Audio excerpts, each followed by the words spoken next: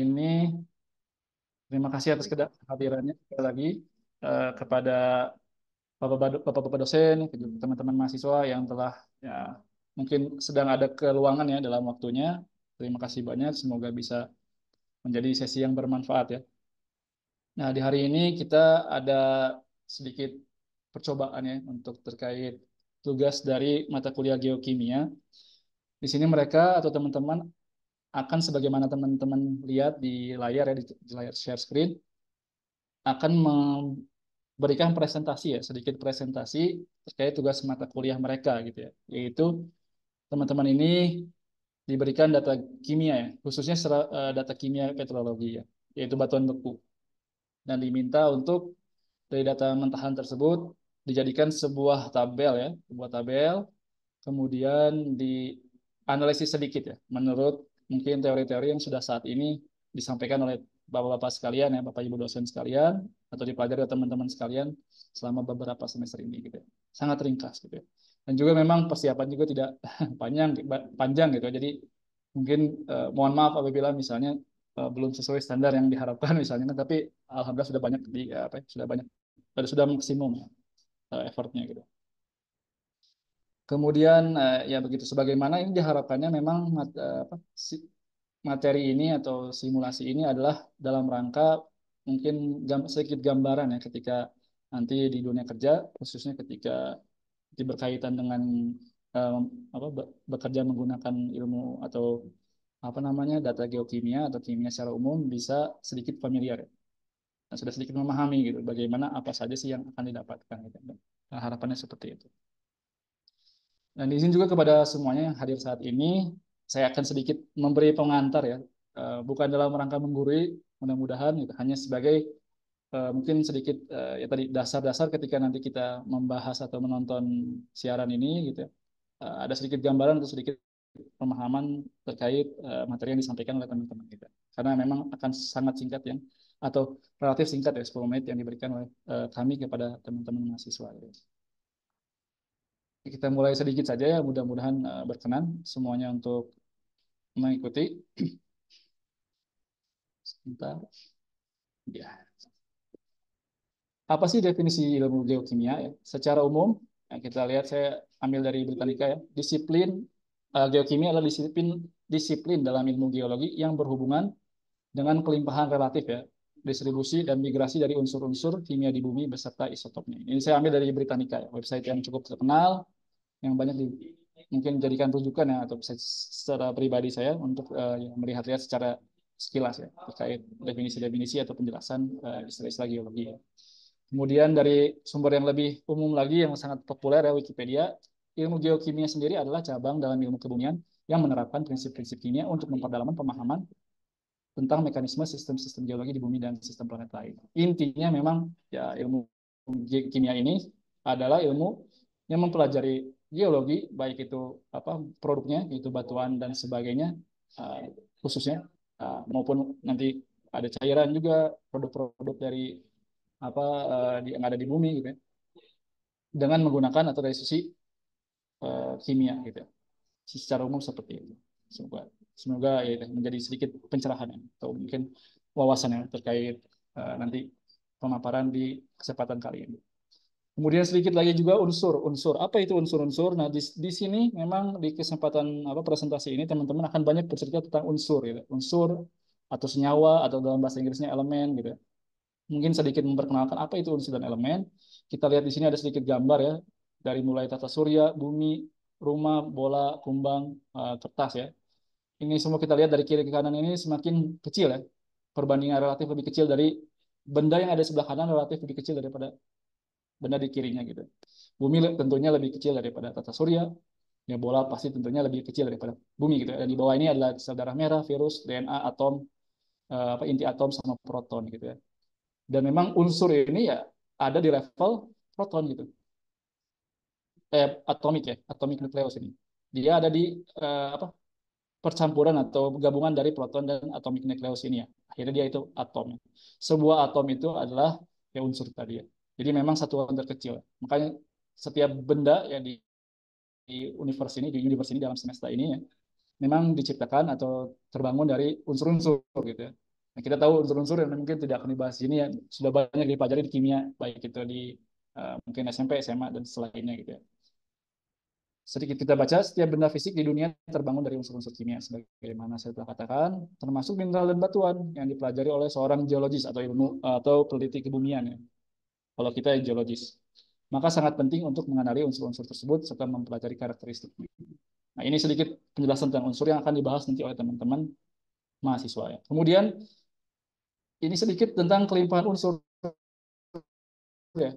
Kelimpahan unsur di bumi ini ya terbagi menjadi dua ya secara umum, major elements ya, atau senyawa utama, dan trace elements ya, senyawa apa, senyawa jejak ya, dua itu saja.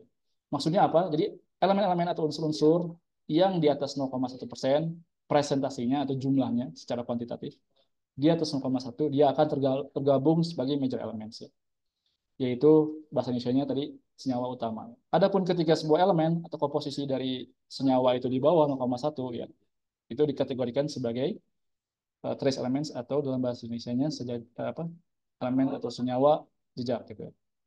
Oleh karena itu nanti kita lihat di presentasi teman-teman akan membagi ya data mentah raw data yang saya berikan kepada teman-teman dari sumber-sumber open source ya terkait apa penelitian-penelitian geologi yang real ya yang asli gitu di dunia.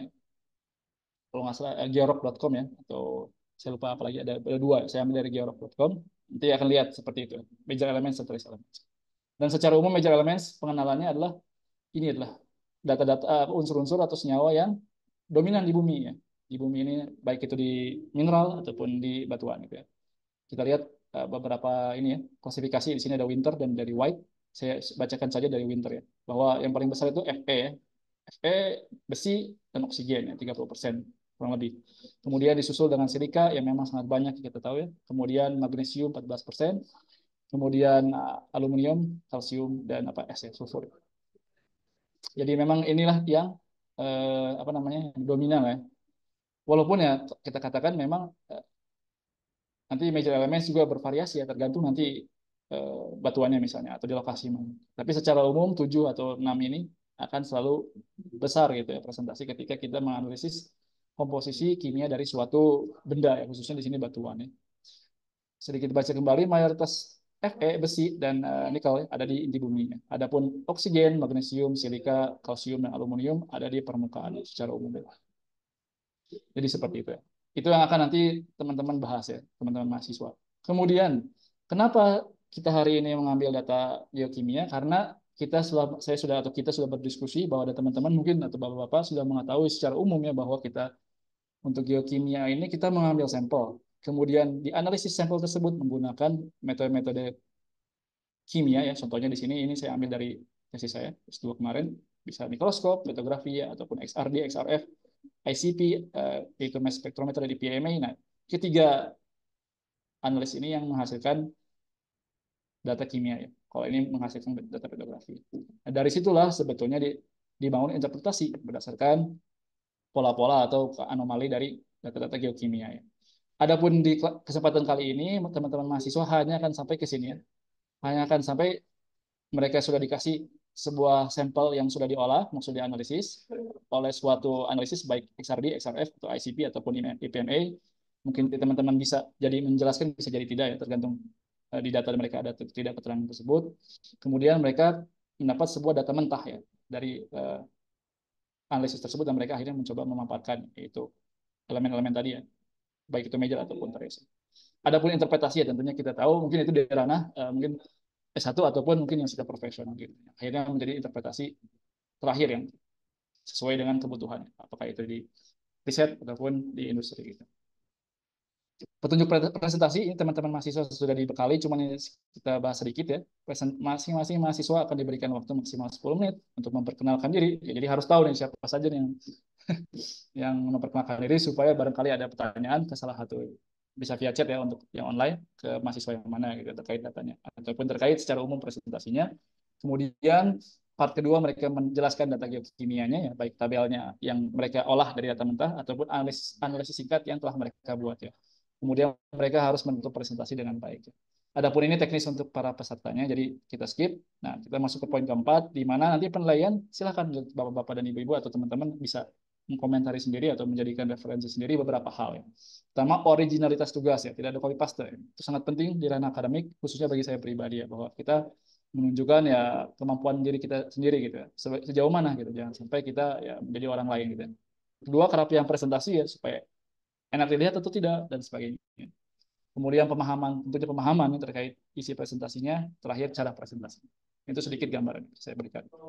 Adapun jadwal presentasi ya karena 10 menit tadi ya, sekitar sejam ya. Maka ini pun 14.40 selesai kelasnya.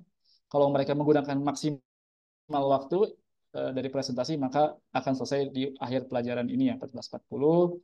Adapun urutannya adalah pertama nanti Dias Agustina, kemudian menjelaskan data geokimia 1 dan tambahan, Andi Nugraha, data geokimia 2, Syifa Dwi Mulyani, data geokimia 3, Siti Triantini, data geokimia 4, Aprizal Hargiansyah Rusmana, data geokimia 5, dan Fasya Katban ya, Ramdhani untuk data geokimia 6. Jadi mereka akan menjelaskan dua data geokimia ya, karena dari tugasnya itu memang ada dua ya. Tapi kita lihat sekali lagi ya, karena ini memang tugas, masih dalam bagian proses pembelajaran kita lihat bagaimana mereka telah mengolah data yang dibebankan atau diamanahkan gitu.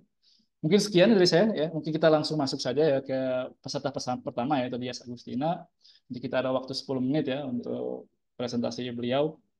Uh, Mohon waktu sebentar ya, nanti ada mohon maaf untuk para peserta akan ada sedikit transisi ya antara mungkin satu peserta dan peserta lainnya. Jadi tolong dimaklumi ya. Untuk saat ini saya akan gantian sama Dias ya. Mohon waktunya sebentar. Terima kasih. Assalamualaikum warahmatullahi wabarakatuh.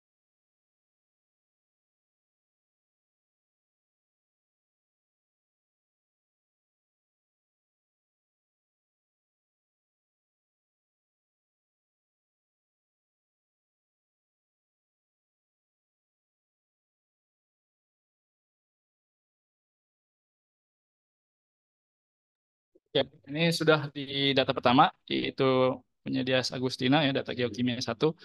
Maka waktu dan tempat dipersilakan bagi Dias. 10 menit nanti dari mulai. Terima kasih.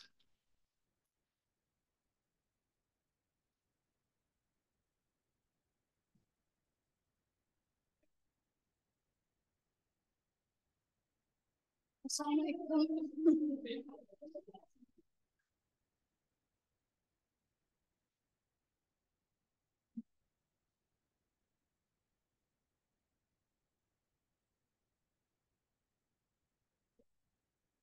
Assalamualaikum warahmatullahi wabarakatuh. Selamat siang semuanya. Di sini saya Dias Agustina dengan NPM 11052303. Saya akan menjelaskan data geokimia 1 batuan peridotite. Sebelum ke data,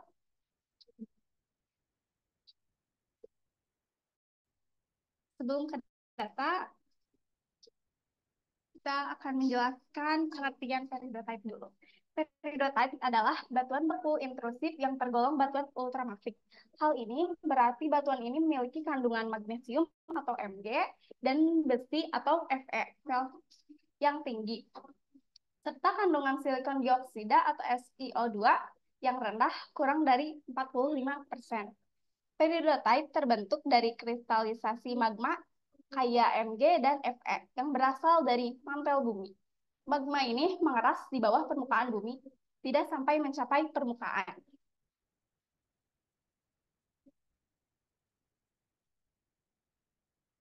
Pada slide kedua, menjelaskan tentang komposisi mineral peridotite. Komposisi mineral utama peridotite adalah olivin, biasanya melebihi 50%. Olivin merupakan mineral berwarna hijau yang kaya akan magnesium dan besi. Selain olivin, peridotite juga mengandung mineral lain seperti piroksen, amfibol, dan kromit. Komposisi mineral ini berkontribusi pada tingginya kandungan magnesium dan besi pada peridotite, sehingga tergolong batuan ultramafic. Contohnya ada di foto aja. Pada slide selanjutnya yaitu variasi komposisi geokimia peridotite. Komposisi geokimia peridotite dapat bervariasi terutama pada rasio kandungan MgO atau magnesium oksida terhadap FeO atau besi oksida. Rasio MgO atau FeO yang tertinggi mencirikan jenis danit yang didominasi oleh keberadaan mineral olivin Hamburgit memiliki rasio MgO atau FeO moderat, tersusun atas olefin dan piroksen dengan jumlah yang seimbang.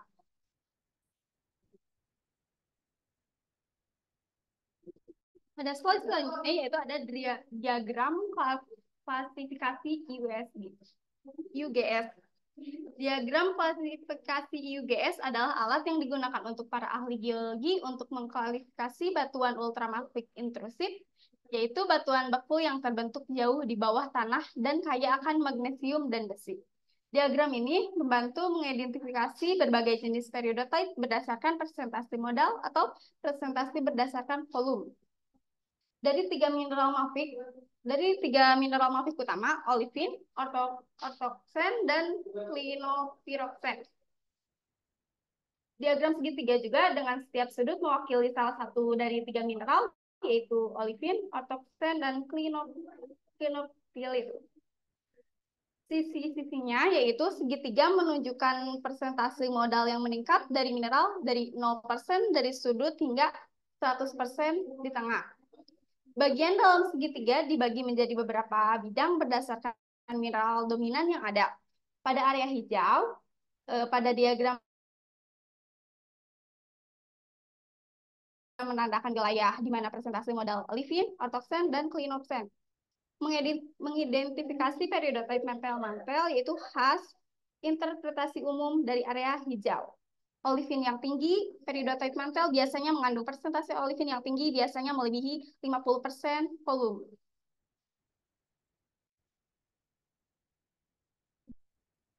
Ini saya akan menjelaskan apa itu data geokimia. Data geokimia adalah informasi yang diperoleh dari analisis unsur-unsur kimia dalam material geologi seperti batuan mineral, air tanah, dan sedimen. Pengumpulan dari analisis pengumpulan data geokimia melibatkan pengambilan sampel materi dari geologi dan kemudian menganalisis di laboratorium menggunakan berbagai teknik seperti spektroskopi, sinar X, spektrometri massa, dan kromatografi. Contoh penggunaan data geokimia itu meliputi 3 poin, yaitu menentukan usia batuan, analisis radiometrik, unsur-unsur radioaktif seperti uranium dan tronium dapat digunakan untuk menentukan usia batuan dan mineral. Pada poin kedua, memahami asal mula batuan beku, data geokimia dapat membantu para ilmuwan menentukan asal magma dan yang menghasilkan batuan beku seperti apakah berasal dari kerak bumi atau mantel. Pada poin ketiga yaitu memprediksi potensi bencana alam. Analisis unsur kimia dari air tanah dan gas vulkanik dapat membantu memprediksi potensi gempa bumi, letusan gunung berapi, dan tsunami.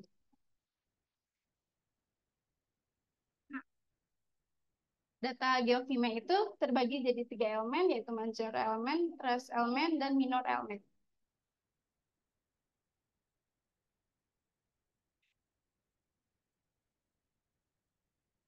Major elemen adalah unsur kimia yang paling banyak ditemukan dalam batuan.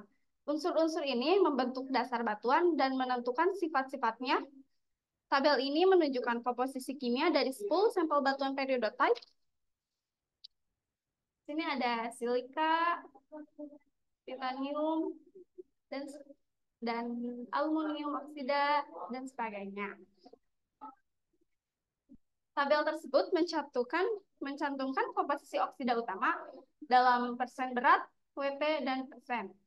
Sebagai contoh, sampel pertama yaitu 5 garis bawah 2 dalam kurung 4742 tutup kurung memiliki SiO 46,0%. Silika dioksidanya yaitu 0,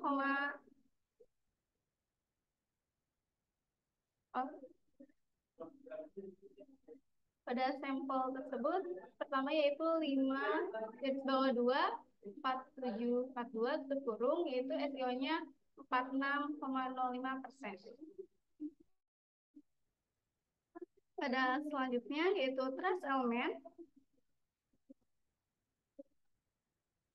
Trace elemen atau sering disebut dengan elemen jejak adalah elemen kimia yang terdapat dalam jumlah yang sangat kecil di dalam batuan. mineral dan organisme hidup. Elemen jejak biasanya didefinisikan sebagai elemen yang membentuk kurang dari 0,1% dari berat material. Di sini ada V yaitu vanadium, Ni nikel, dan Ga gallium, Rb yaitu radium, dan sebagainya. Kesimpulannya yaitu elemen jejak meskipun kelimpahannya rendah, melainkan peran pentingnya dalam geologi, lingkungan, dan biologi.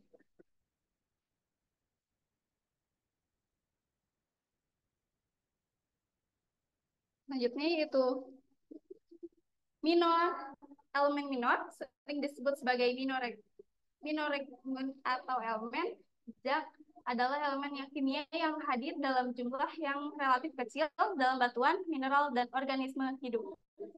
Kesimpulan dari hasil data ini yaitu unsur minor meskipun kelimpahannya yang lebih rendah dibanding dengan unsur mayor, melainkan peran penting dalam geologi, lingkungan, dan biologi. Ini data geokimia yang kedua. Pada di sini adalah xenolit atau ultramafic, fragmen batuan asing yang terperangkap di dalam batuan lainnya, biasanya batuan beku. Istilahnya yaitu xeno asing, litos batuan. Poin pentingnya dari xenolit ini ada 2 poin, yaitu xenolit terbentuk ketika magma atau batuan cair di permukaan bumi, di bawah permukaan bumi bergerak ke atas dan menembus batuan lain. Poin kedua yaitu saat magma mendingin dan mengeras menjadi batuan beku, fragmen batuan asing ini menjadi terperangkap di dalam membentuk xenolit.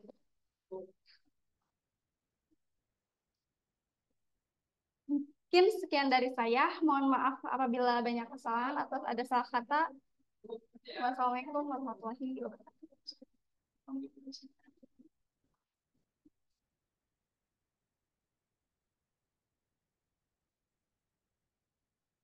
Ya, sekian berarti dari Dias. Terima kasih ya. Jadi seperti kita lihat teman-teman ya, ada 2 jenis data yang akan sama-sama dipresentasikan adalah data yang geokimia zeolite tadi ya, ultramafic atau batuan zeolite ultramafic. Adapun yang data geokimia satu lagi itu akan berbeda-beda setiap mahasiswanya. Jadi ya, mungkin sedikitnya seperti itu ya. Jadi sekarang sedang dipanggil untuk pemateri kedua yaitu Andi Nugraha ya, sudah datang orangnya. Jadi kita coba share screen lagi ya. Pas sudah betul, naik. Sudah ya, semoga. Oke, orangnya sudah datang. Ini akan eh, siap-siap terlebih dahulu. Waktu dan tempatnya silakan Andi Nugraha.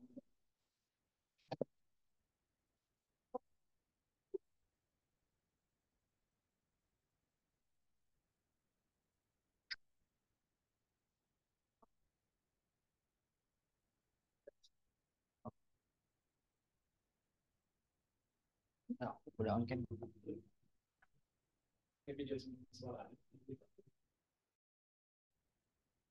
Baik, Bismillahirrahmanirrahim. Assalamualaikum warahmatullahi wabarakatuh. Terima kasih atas kesempatannya yang diberikan kepada saya untuk menyampaikan hasil dari data analisis geokimia. Yang saya hormati kepada para dosen yang saat ini mengikuti Zoom. Baik, di sini saya akan menyampaikan data analisis geokimia.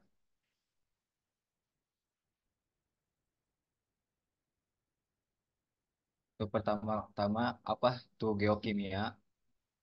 Geokimia adalah disiplin ilmu kebumian yang mempelajari proses yang mengontrol kelimpahan relatif, komposisi, dan distribusi unsur kimia, senyawa, dan isotop. Di sini terlihat ada gambar, di mana di sini adalah gambar bumi. Di sini terdapat dari unsur-unsur kimia yang terdapat di bumi, yaitu ada Fe dan nikel untuk di dalam inti pada bumi. Lalu setelah dari intinya itu terdapat mantel, di mana terdapat unsur Fe dan Mg, dan pada luaran mantel yaitu terdapat unsur felspat atau kuarsa. Baik, jadi di sini data geokimia atau geologi kimia terdapat pada bagaimana bumi ini terdapat unsur-unsur atau senyawa yang ada pada kimianya itu sendiri. Baik, di sini ada persentase di mana keterdapatan kimia yang umum ditemukan di bumi, ya ini adanya olivin dengan 30,7% dan Mg dengan 14,2%, Si dengan 15%, Fe dengan 32,9%, dan S atau silika dengan 3,8%, aluminium 1,4%, Ca dan 1,5%. Jadi di sini adalah bagaimana kita mengetahui komposisi mineral atau komposisi unsur yang terdapat pada bumi dengan kelimpahannya itu sendiri. Baik, itu. Selanjutnya berikut adalah alur atau analisis geokimia. Di sini terdapat adalah yang pertama yaitu sampel, di mana sampel ini ada berupa batuan, baik itu batuan beku ataupun batuan sedimen dan sebagainya. Lalu setelah batuan beku itu, batuan atau sampel itu diambil dan diolah preparation, terus dilakukan analisis mengenai mikroskopik atau analisis dan XRD, ICP, OES, dan MS, dan FHAMA, sampai pada hasilnya itu menjadi sebuah data, dapat data petrografi, rock chemistry, dan mineral chemistry, yang di dalamnya terdapat menjadi dua, yaitu major element dan trace element, di mana major element adalah unsur utama pada batuan. Yang kedua adalah tes elemen atau elemen jejak, unsur jejak, lalu mineral chemistry yaitu major elemen. Baik, di sini setelah bagaimana data itu didapatkan, lalu isi data itu diinterpretasi menjadi sebuah rock classification atau klasifikasi batuan, baik dari spatial melting atau proses terbentuknya si batuan, oxidation test atau geomorphology atau diinterpretasi dengan cara tersebut. Lalu yang pada akhirnya adalah final dan transportation. Baik, selanjutnya adalah sumber data yang saya analisis, yaitu dari 2023-12 dari Jetwag tentang batuan granit, kelas 1 data kimia 02. Baik, di sini disajikan dari data yang telah saya analisis, yaitu terdapat major elemen, di mana major elemen adalah unsur utama atau unsur yang sering banyak ditemukan pada batuan. Di sini kita bisa lihat terdapat sampel atau adanya nomor sampel terhadap si batuan tersebut dan lokasi, yaitu di Norway, dan rock name yaitu atau nama si batuannya. Baik. Di sini ada Si atau silika, O, Mn, Mg, CaO, N2, dan K2O. Di sini terdapat dengan kandungan atau presentasi dari setiap batuan yang saya analisis dari data yang berupa CSV atau data yang banyak. Saya olah kembali dengan apa yang saya butuhkan untuk pengumpulan data tersebut. Dipilih data-data yang menurut saya untuk mendukung dalam data analisis saya yang saya lakukan. Ini adalah data dari major elemen atau unsur-unsur yang umum ditemukan pada batuan. Selanjutnya yaitu data minor element atau data yang relatif lebih sedikit juga. Di sini terdapat CS dengan simbol ppm, yaitu dalam bentuk part per million, ppm dan singkatan part per million. Terdapat CS dengan komponen dan eh, presentasi-presentasi dari si batuan tersebut yang telah saya kumpulkan untuk memenuhi dari si data analisis yang saya lakukan. Baik, selanjutnya adalah trace element, di mana trace element adalah unsur-unsur jejak yang relatif lebih sedikit. Ini ditemukan pada batuan juga, terdapat SC, P, CR, CO, NI, JN, GA, RB, SE, SR, Y, JR, dan NB. Di sini juga terdapat dengan beberapa kelimpahannya juga. Di sini ada 4,1, 10,8 yang saya pilih dan saya olah kembali untuk menghasilkan data yang memenuhi dalam analisis yang saya lakukan. Baik, selanjutnya adalah uh, nama batuan dalam data yang saya analisis. Situ tersebut adalah berupa batuan granit. Ini lokasi dan nama batuannya adalah batuan granit. Nama batuan granit merupakan batuan beku yang berasal dari dalam perut bumi. Batuan ini adalah batuan beku yang dimana terbentuk dari pendinginan magma, dari proses magma yang keluar dari perut bumi, dan di sebelahnya adalah deret Bowen series atau bagaimana keterbentukannya atau pengkristalisasian dari si mineral dan komposisi mineral lainnya. Dalam batuan granit ini terbentuk eh, pada zona felsik atau mineral terang, di mana kita lihat bahwa si mineral ini memiliki mineral-mineral dengan cahaya yang cukup terang. Ini terbentuk di zona felsik atau dengan cahaya yang terang, dan biasanya terdapat banyak Si dengan silika, muskopit, dan kuarsa. Jadi untuk batuan granit ini ditemukan dengan proses pendinginan dari suhu yang tinggi dan pada akhirnya terbentuk di suhu yang rendah atau relatif lebih rendah daripada proses atau pekristalan yang lainnya. Mungkin segitu yang bisa saya sampaikan. Mohon maaf bila ada salah kata. Terima kasih. Wassalamualaikum warahmatullahi wabarakatuh. Baik, Pak.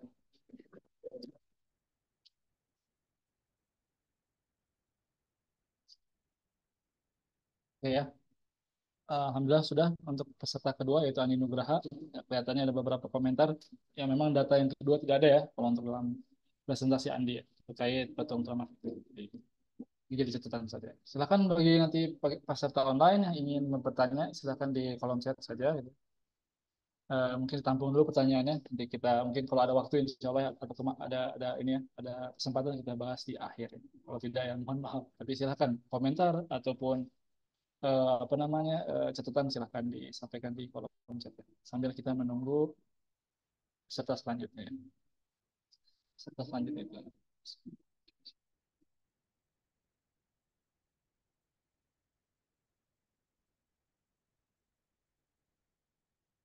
Siapa ya? Ya. Sini sudah hadir ya peserta ketiga. Sebentar, coba share screen.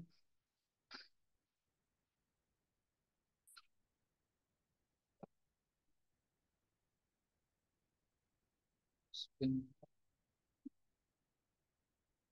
Nah, ini. Share. Nah, ya. Oke, sudah hadir ya untuk peserta ketiga kita yaitu Syifa Tri Mulyani ya. Eh, ini adalah data geokimia 3 ya. Waktu dan tempatnya dipersilahkan.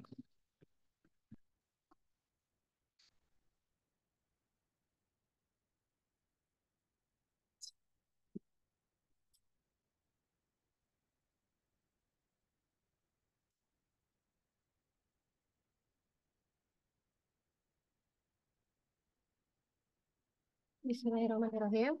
Assalamualaikum warahmatullahi wabarakatuh. Selamat siang, salam sejahtera untuk kita semuanya. Sebelum memulai presentasi kali ini, izinkan saya memperkenalkan diri terlebih dahulu. Perkenalkan, nama saya Siva Dwi Mulyani dengan nomor induk mahasiswa 11052304 dari program studi Teknik Geologi. Pada kesempatan kali ini, saya akan mempresentasikan hasil analisa data yang sudah saya coba kerjakan, pahami, dan pelajari.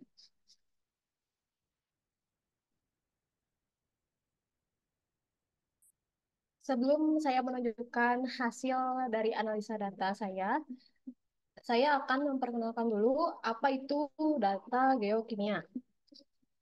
Jadi data geokimia itu data hasil analisis suatu kadar mineral bahan galian yang bersumber dari alam. Jadi ketika kita mengambil sampel di suatu wilayah, lalu menganalisa sampel tersebut menggunakan alat-alat khusus untuk menganalisa seperti XRD, XRF, ICPMS, dan lain-lain. kemudian akan terinterpretasi menjadi data yang cukup akurat untuk analisis kadar mineral.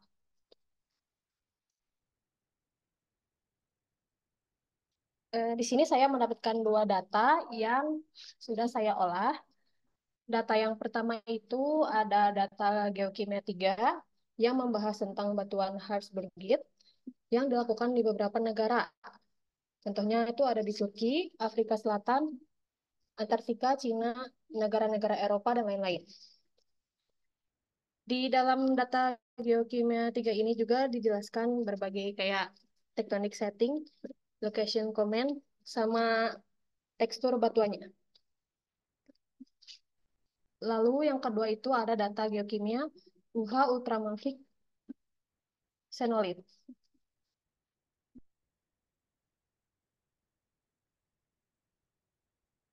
Masuk pada data geokimia yang pertama yaitu data geokimia 3 Hartsburgite. Data geokimia yang saya dapatkan didominasi oleh batuan Hartsburgite. Dari beberapa negara yang ada di dalam data tersebut, saya mengambil yang berada di Turki.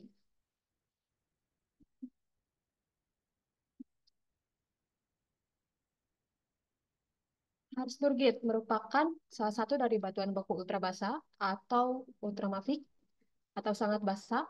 Pembentukannya didominasi oleh olivin dan ortopiroksen dengan atau tanpa sejumlah kecil kuinopiroksen. Hartsburgite sendiri bagian dari peridotit atau masih termasuk peridotit yang terbentuk sebagai residu peleburan sebagai lerzolit.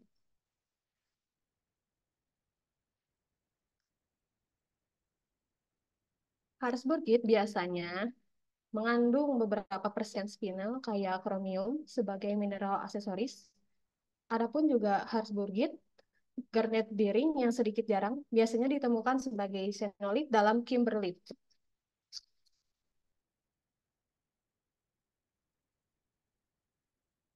Hartsburgite biasanya terbentuk oleh ekstraksi dari lelehan parsial dari peridotit yang kaya akan piroksen lainnya yang disebut laserite.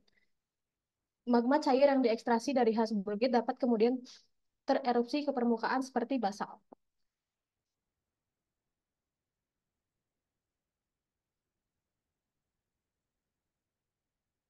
Lalu kita masuk ke data hasil analisa yang sudah saya kerjakan. Yang pertama ini ada mayor elemen, di mana mayor elemen ini unsur utama penyusun batuan. Di dalam tabel data analisis mayor elemen, dalam setiap sampel tentunya kadar mineral berbeda-beda. Hartsburgite sendiri karena masih bagian dari peridotit, maka tergolong ultrabasa atau ultramafik, yang dimana kandungan silikanya rendah, kurang dari 45%. Lalu kandungan MgO-nya lebih dari 18%. Dalam data mayor elemen ini, yang penting itu ada di SiO2 dan MgO. Bisa dilihat dalam setiap sampel, SiO2 dan MgO mendominasi dalam presentasinya.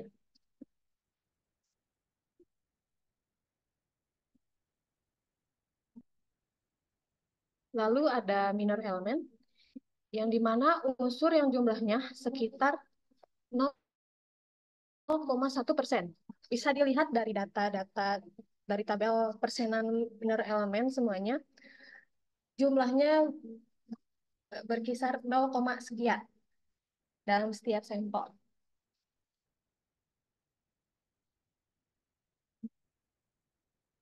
Lalu ada trace elemen, di mana trace elemen itu elemen-elemen yang terjadi dalam konsentrasi rendah dalam batuan dan mineral. Nah, biasanya unsur yang jumlahnya sedikit.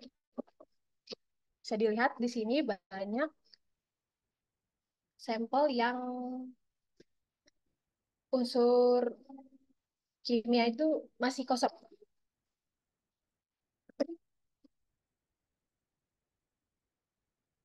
Lalu kita masuk ke data geokimia kedua. yaitu data UH ultrafiltration phenolid.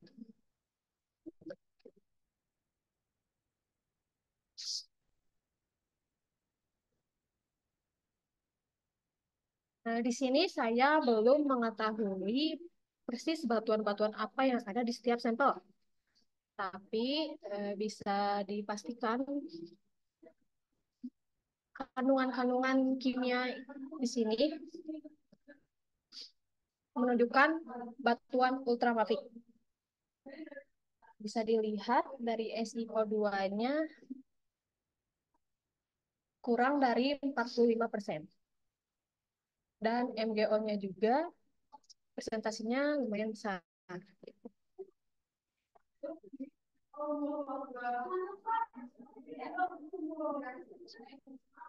Ini merupakan trace element dari data geokimia UH ultramafic phenolid.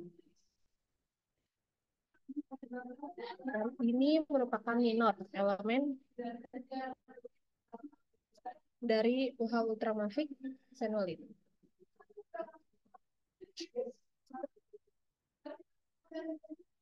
Berikut referensi yang saya gunakan. Cukup sekian dari saya. Mohon maaf apabila ada kesalahan penyampaian.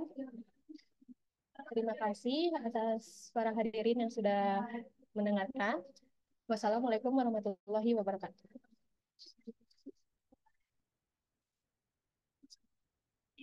Ya.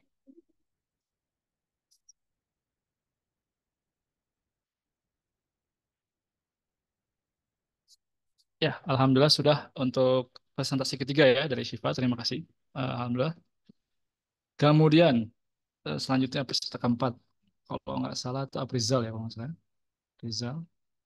Coba kita cari dulu presentasinya. Dan insya Allah ya FYI ya, for your information, insya Allah akan di-upload ya. Kemungkinan besar akan di-upload di eh, channel Prodit GLO bukan ya. Ternyata ini ya, Siti Aprianti ini ya. Ini silahkan. Siti Aprianti sudah datang, nanti informasi tambahannya kita sampaikan. Silahkan, ini saya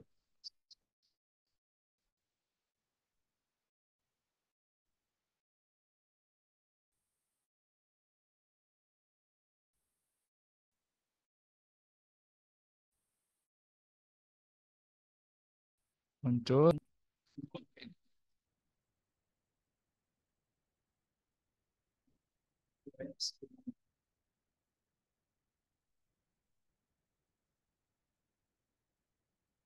Assalamualaikum warahmatullahi wabarakatuh. Kenalkan, saya Siti Priantini, mahasiswa semester 3 dari Prodi Teknik Biologi dengan NIM dengan nomor mahasiswa 11052301. Adanya saya di sini akan mempresentasikan data geokimia 4.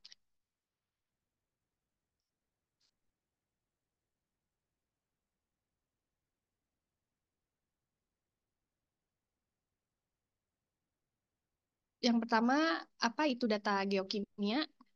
Data geokimia adalah informasi yang menggambarkan komposisi kimia. Data geokimia adalah informasi yang menggambarkan komposisi kimia bumi dan perubahan-perubahannya akibat proses-proses geologi. Data ini digunakan untuk mengetahui asal-usul sebaran, interaksi antara unsur-unsur kimia di bumi, serta potensi sumber daya alam yang terkandung di dalamnya. Lalu, apa itu analisis data geokimia?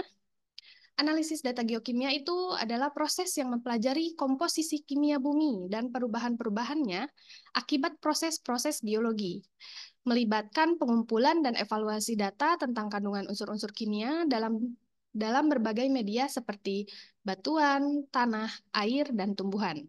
Lalu, apa sih bedanya data geokimia serta analisis data geokimia?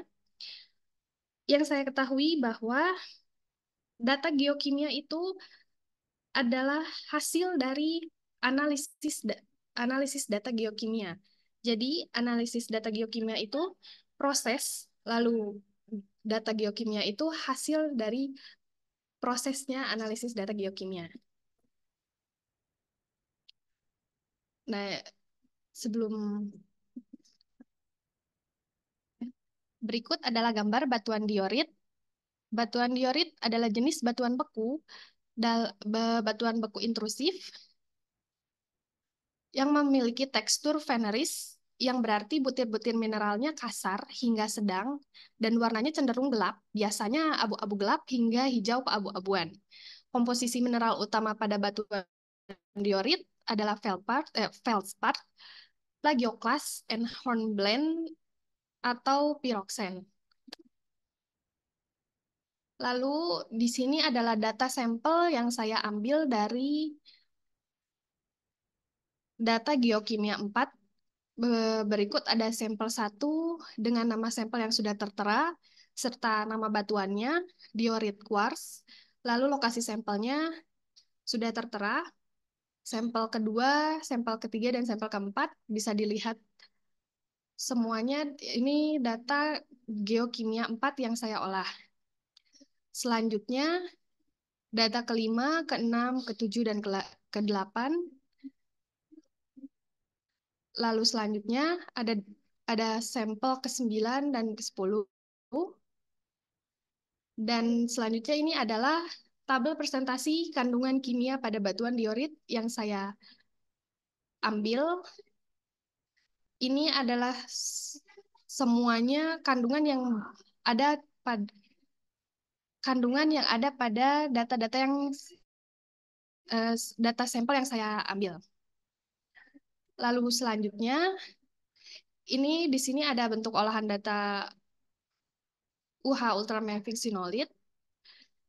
Yang saya ambil hanya data major elements yang ada pada data ultramafic sinolid.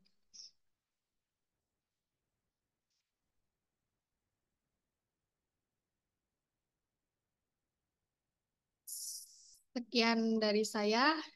Mohon maaf apabila ada kesalahan kata dan pengucapan yang kurang tepat. Wassalamualaikum warahmatullahi wabarakatuh.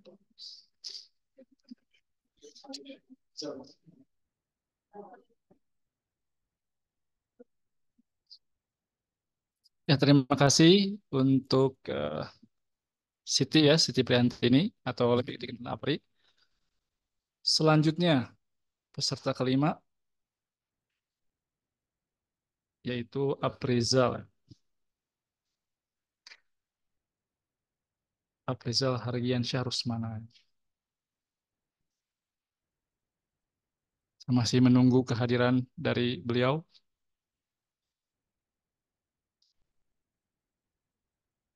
Oke, silakan Aprizal ya. Sudah hadir, silakan. Waktu dan tempat dipersilakan. Kalau pasangan kalau mau geser di scroll atau bisa ya.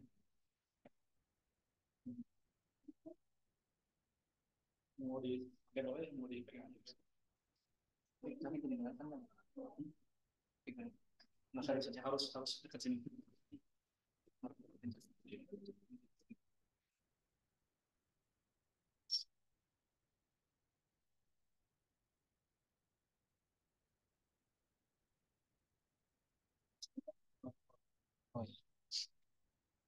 Bismillahirrahmanirrahim. Assalamualaikum warahmatullahi wabarakatuh. Perkenalkan, nama saya Afrizal Hargiansyah Rusmana dari Prodi Teknik Geologi di Polgeta AGP dengan nomor pokok mahasiswanya yaitu 110523006. Pada hari ini saya akan mempresentasikan tentang geokimia penyusunan mineral batuan, yang pada hakikatnya ini hanyalah berdasarkan pada hasil penyusunan yang telah saya lakukan beberapa hari yang lalu. Namun sebelumnya, saya akan menjelaskan deskripsi tentang geokimia itu sendiri. Geokimia adalah ilmu yang mempelajari kandungan unsur dan isotop dalam lapisan bumi, terutama yang berhubungan dengan kelimpahan, penyebaran, serta hukum-hukum yang mengaturnya. Atau intinya adalah, geokimia itu adalah disiplin ilmu kebumian yang mempelajari proses yang mengontrol kelimpahan, komposisi, dan distribusi unsur kimia, senyawa, dan isotop di lingkungan alam. Sementara, data geokimia merupakan hasil data analisis suatu kadar mineral bahan galian yang bersumber dari alam. Kita langsung saja ke definisi major element, minor element, dan trace element. Major element adalah unsur-unsur elemen yang menyusun batuan dan persentase kelimpahannya adalah di atas 0,1 Wt%. Pelaporannya dalam persen berat oksida. Kedua, minor element adalah unsur-unsur yang persentase kelimpahannya kurang atau bahkan berjumlah sekitar kurang lebih dari 0,1 Wt%. Dan yang ketiga, trace element adalah unsur-unsur dengan jumlah yang sangat sedikit porsinya. Pelaporannya biasa dalam parts atau perbagian per million atau ppm atau parts per billion atau ppb. Ini adalah hasil atau sumber data yang saya dapatkan untuk membantu penyusunan data geokimia yang saya lakukan. Di antaranya adalah sumber data yang kami gunakan untuk melakukan penyusunan data geokimia ini berbentuk Excel ya dan belum tersusun. Bisa dilihat di sini. Dan data yang saya ambil di antaranya adalah basalt dan juga granit.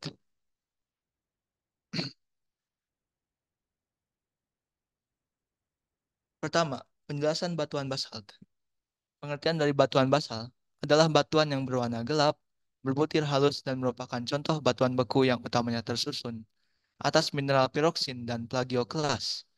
Basalt adalah salah satu batuan yang paling sering terbentuk sebagai batuan beku ekstrusif atau aliran lava. Akan tetapi, batuan basalt sering juga terbentuk sebagai intrusi kecil dalam bentuk dike maupun sill. Batuan basalt memiliki komposisi yang mirip dengan gabbro. Perbedaan keduanya ada pada ukuran butir mineralnya. Pada batuan basalt, ukuran butirnya lebih halus dibanding dengan batuan gabbro yang berbutir kasar. Sesuai dengan presentasi saya, ini adalah kelimpahan batuan basalt berdasarkan susunan mineralnya. Yang pada presentasi yang saya tampilkan hari ini, yaitu batuan basalt memiliki bagian-bagian major mineral atau lebih dari Wt% sebagai berikut. Bisa dilihat di sini bahwa yang paling dominan di antaranya adalah silika oksida atau SiO2 yang dimana persentasenya lebih dari 50%. Yang disusul oleh titanium oksida atau TiO kuadrat di atas 0,1%. Dan sisanya ada pada boron oksida atau B2O3, aluminium oksida,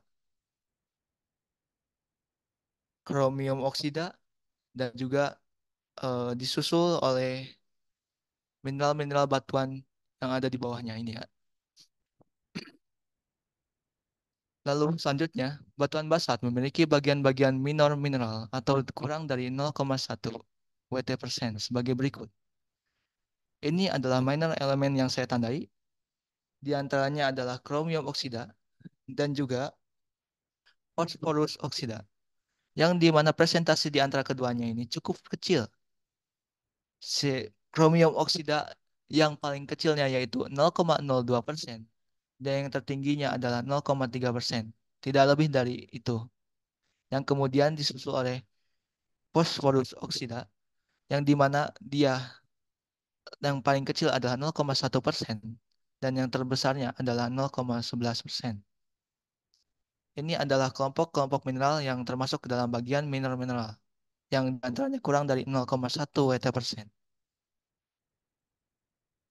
Dan yang ketiga adalah trace mineral pada batuan basalt adalah sebagai berikut. Ada nikel, ada zinc, ada gallium, dan juga ada rubidium. Yang dimana semuanya ini bisa dibilang sebagai persentase yang tergolong besar,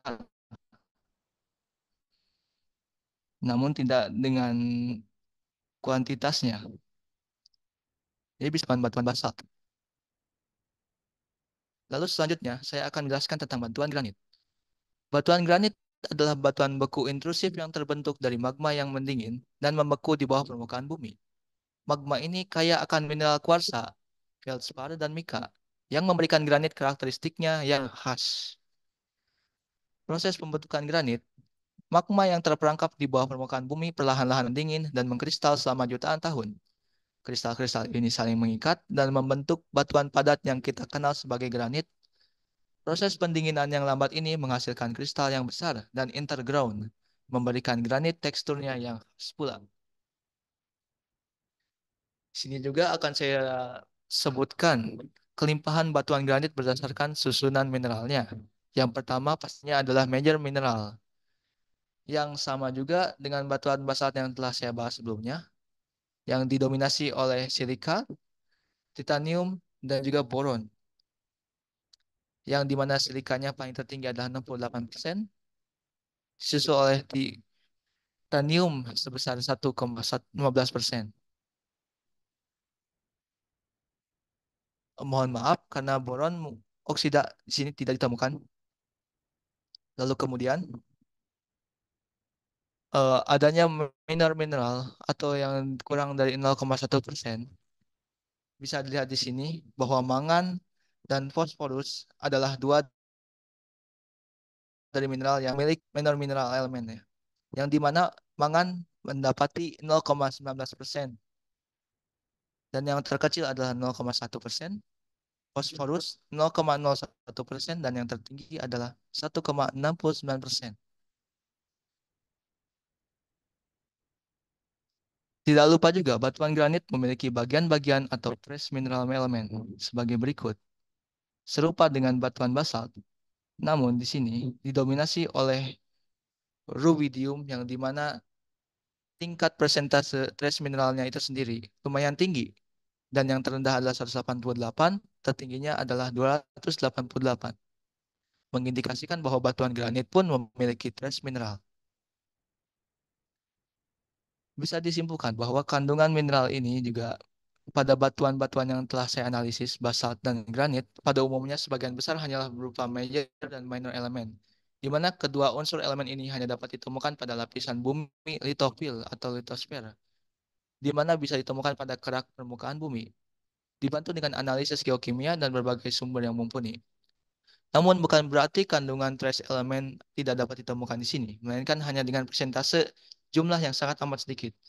Contohnya ada pada zinc, gallium, nikel, dan rubidium yang memiliki persentase cukup banyak dan akan ditemukan dalam kuantitas yang terbatas, menjadikannya sebagian dari kelompok mineral REE atau Rare Earth Element. Kesimpulannya adalah, intinya apa yang dilakukan dalam studi analisis dan penyusunan data geokimia adalah untuk pertama, eksplorasi mineral sumber daya alam, pemahaman geologi dan proses pembentukan bumi, pemantauan lingkungan, dan penyajian informasi. Sekian atas perhatiannya. Mohon maaf apabila saya memiliki kesalahan kata. Terima kasih atas perhatiannya.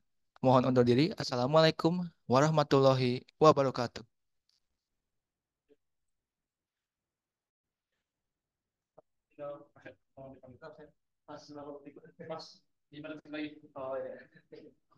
Ya. Ya, terima kasih ya Brizal. Alhamdulillah sudah hampir selesai. Kita akan menuju ke peserta terakhir, yaitu Fasya. Ya, silakan. Sebentar, ini ada sedikit perubahan dari datanya katanya.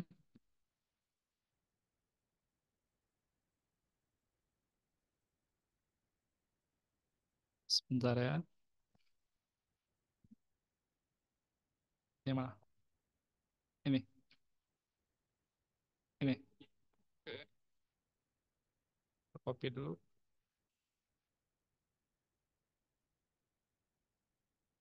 Ini pengganti yang ini ya. Oh, ini dibuka. Fasya. Tuh. Terus dulu.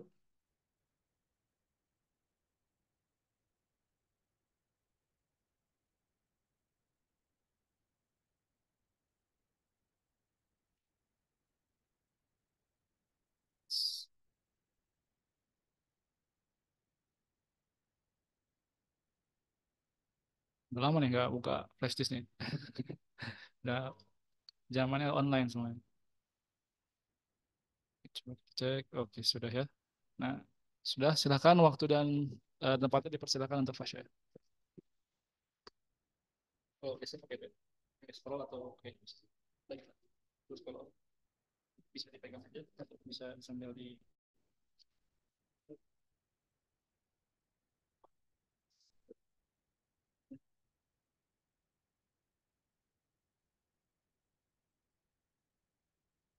Baik. Assalamualaikum warahmatullahi wabarakatuh. Perkenalkan, nama saya Fasya Katban Ramdhani dari Teknik Geologi. NPM saya 11052305. Di sini saya akan mempresentasikan tentang analisa data geokimia 6.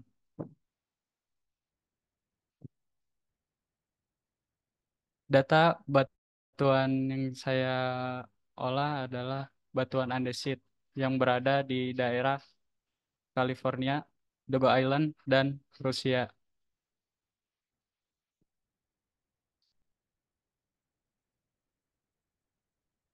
Batuan andesit adalah produk dari aktivitas magmatik di dalam kerak bumi dan kaitannya dengan geokimia mengungkap aspek-aspek kunci tentang asal-usul, evolusi, dan sifat-sifat kimia mereka. Komposisi kimia batuan andesit merupakan titik fokus dalam analisis geokimia. Mereka biasanya kaya akan silika, SiO2, dengan kisaran sekitar 52 sampai 63%, tetapi juga mengandung kalsium oksida atau CaO, magnesium oxide, MgO, dan aluminium oksida,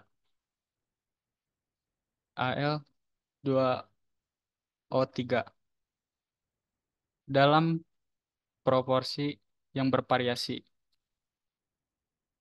Di antara mineral-mineral yang mendominasi, feldspar, plagioklas yang menonjol, yang komposisi kimianya mencerminkan karakteristik magma yang membentuk batuan ini.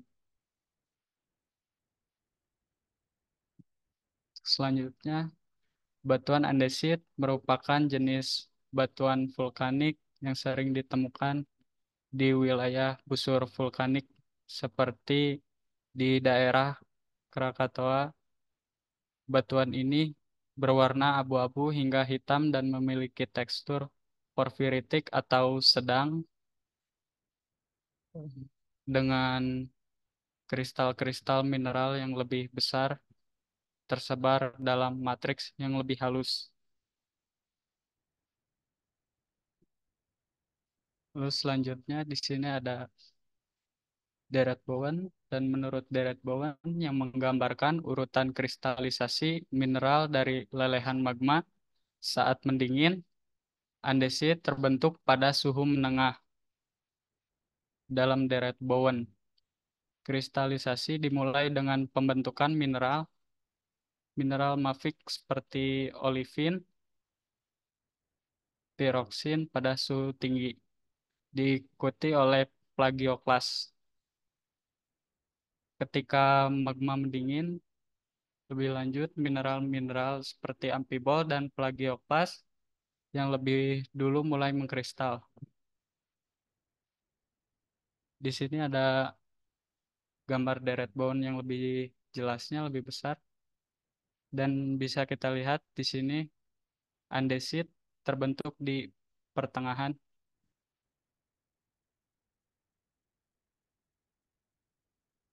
Lalu data yang saya olah menghasilkan 3 unsur, yaitu major element, minor element, dan trace element. Untuk major element atau unsur utama, yaitu unsur yang hadir dalam jumlah besar dalam batuan atau mineral, biasanya dalam konsentrasi lebih dari 1%. Contohnya ada silika, aluminium, besi, kalsium, magnesium, natrium, dan kalium. Dan unsur utama ini biasanya membentuk mineral pembentuk batuan seperti kuarsa, feldspar, piroxen, olivin, dan mika. Dan untuk minor elemen, unsur yang hadir dalam jumlah sedang biasanya dalam konsentrasi antara 0,1% dan 1%. Dan contoh unsurnya yaitu ada titanium, lalu Ti, mangan dengan simbol Mn, dan fosfor dengan simbol P. Walaupun jumlahnya tidak sebanyak unsur utama, unsur minor tetap penting karena mereka dapat mempengaruhi sifat fisik dan kimia batuan. Dan yang terakhir, untuk unsur jejak, trace element, unsur yang hadir dalam jumlah sangat kecil, biasanya dalam konsentrasi kurang dari 0,1% atau sering dinyatakan dalam ppn, part per million. Contoh unsurnya yaitu ada nikel dengan simbol Ni, kromium dengan simbol Cr, kobalt dengan simbol Co, zinc dengan simbol Zn, dan logam tanah jarang atau disebut Ree.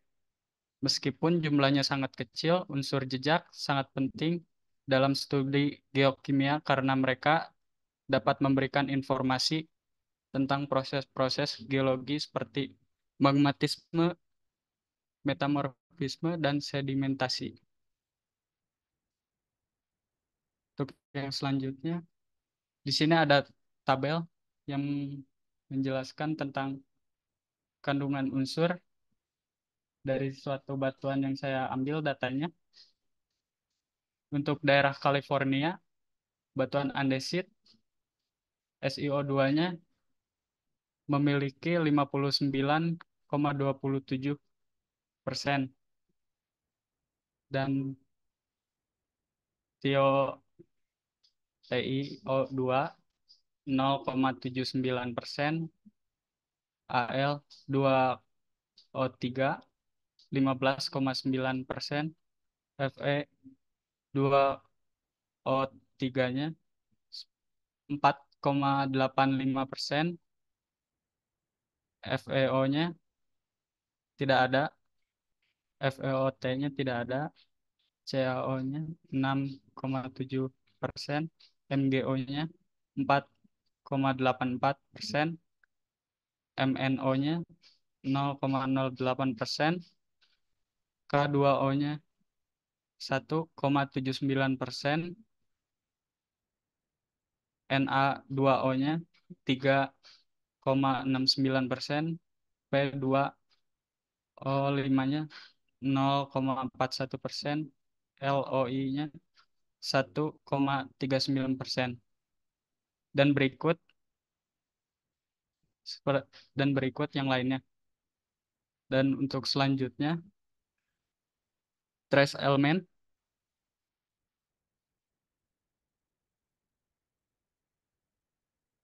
Dari trace element ini terdapat Sc, Ti, P, Cr, Mn, Fe, Co, Mi, Cu, Zn, Ga, Ge, As, Se, Br, Rb, Sr, T, Zr, dan Nb. Dan di sini ada klasifikasi unsur unsur dan persenannya dari data yang saya ambil. Lalu selanjutnya untuk minor element, di sini juga ada sampel batuan yang sama, ada PR, NO, SM, EU, GD, TB, DY, HO, ER, TM, YB, LU, HF, dan TA. kenapa disebut minor? Karena mungkin jarang juga elemen ini. Jadi sebagian besar tabel ini kosong dan sebagian terisi.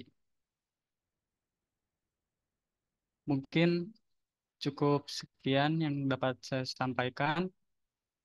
Mohon maaf apabila ada salah kata kalimat. Assalamualaikum warahmatullahi wabarakatuh.